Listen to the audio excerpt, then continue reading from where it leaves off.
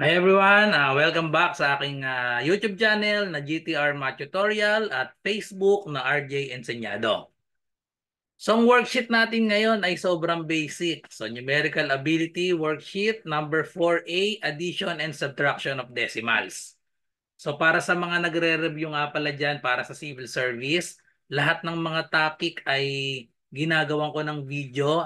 Lahat may worksheet. Ayan, so worksheet number 4A na tayo. So kung gusto nyong ma-review simula sa umpisa, lalo na yung medyo lalo na yung mga medyo matatagal na kasi, matagal nang nakagraduate tapos magte-take, parang medyo nakalimutan na yung mga basics. So re-reviewin natin lahat yan dito sa aking channel. Okay? So addition and subtraction and decimals tayo. So lahat madidiscuss natin, fraction, percent, mga lahat ng word problems na posibleng lumabas sa civil service exam. So kung ngayon ka pa lang dito sa channel ko, huwag kakalimutang mag-subscribe, at kung sa Facebook ka naman nanonood ay huwag niyo akong kalimutang i-follow para maging updated kayo sa lahat ng mga videos na i-upload ko. Okay, so start na tayo. So ito yung meron tayong 6 dito. So try nyo lang, napaka-basic lang ng neto. Addition and subtraction of decimals. So ito yung step natin. Baka nakalimutan na. So number 1, write the numbers vertically, align the decimal points. So i-align lang natin yung mga decimal points natin, and then number 2, add or subtract the numbers, place the decimal point in the answer. So ganoon lang kasimple, i-align lang, parang nag-add lang tayo ng whole numbers. Okay? So number 1 na 11.2513 plus 9.0433. So paano nga pala basahin? Baka lumabas sa exam, di ba? Minsan yung tamang pagbasa dito, hindi siya 11.2513. So kung basa dito 11 and basahin to 2,513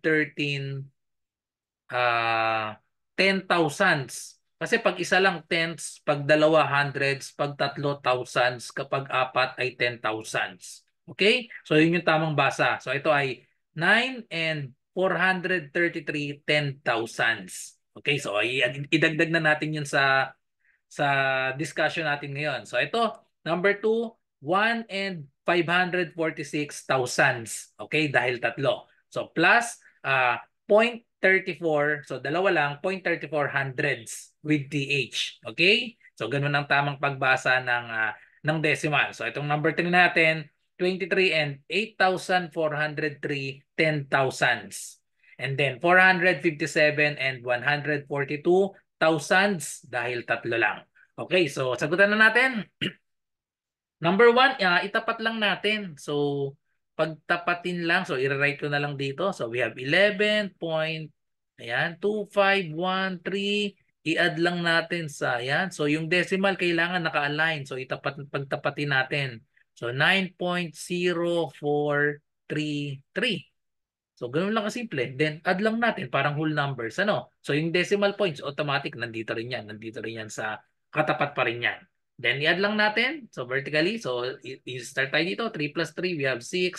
1 plus 3, we have 4. 5 plus 4 is 9. 2 plus 0 is 2. And then, 1 plus 9, so that is 10. Carry 1. So, we have 1 plus 1. So, 20.2946 or 20 and 2,946 10,000s.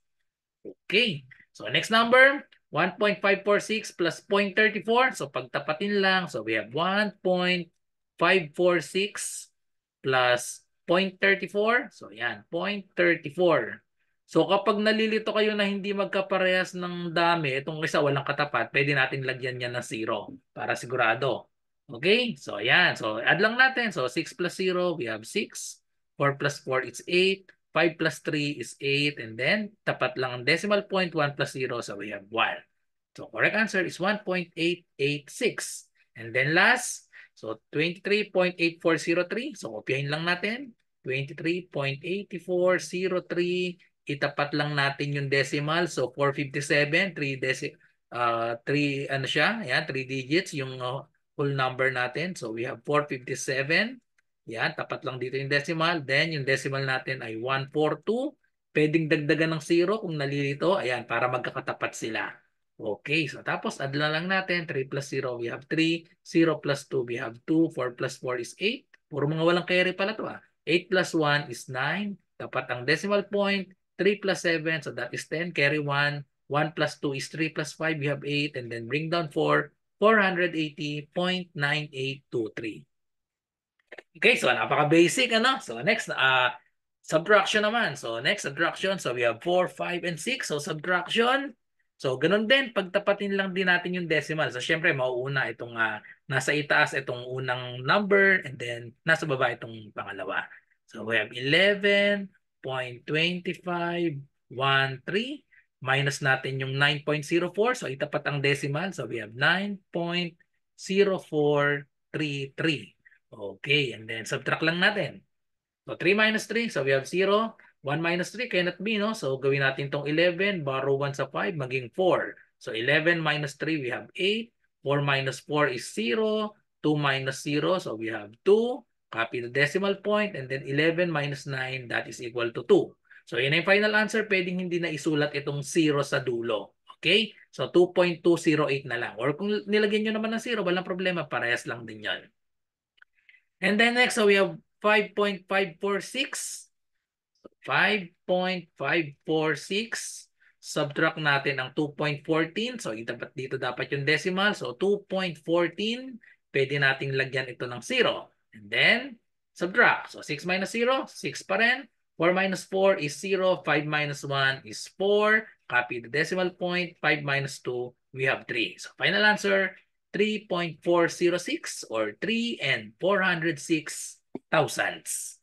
Okay, so last number. So paano naman kapag whole number? So 23 point. Lagyan natin ng point. Tatlong zero. Lagyan natin ng tatlong zero kasi yung pangalawang number natin ay 3 decimal places para hindi nakakalito. Okay? So minus, itapat dapat yung decimal dito. So we have 12.468. Okay, so tapos subtract na natin. So mag-borrow muna tayo. So itong 10 magiging, itong 0 magiging 10, itong 0 magiging 9, itong another 0 magiging 9, tapos itong, yan, may number na tayo dito, magiging 2. Yan, pag nag-borrow, pwede na kayong magsimula dito pwede na sa umpisa magsimula yan. Okay, so 2 minus 1, we have 1. 2 minus 2, we have 0. Copy the decimal point. 9 minus 4 is 5. 9 minus 6 is 3. And then 10 minus 8 is 2. Okay, so 10.532 or 10 and 532 thousandths. Okay, so ganun lang kasimple. So sana na-refresh kayo sa pag-add at subtract ng decimal. So thank you for watching. Kita-kita tayo sa susunod. Ang next na worksheet natin ay multiplication and division ng decimals. So good luck po sa lahat na nagre-review para sa civil service exam. Kung may question po kayo, i-comment nyo lang dito sa aking channel or i-PM nyo ako sa aking messenger. Ayan sa baba, RJ Enseñado. Bye-bye and God bless.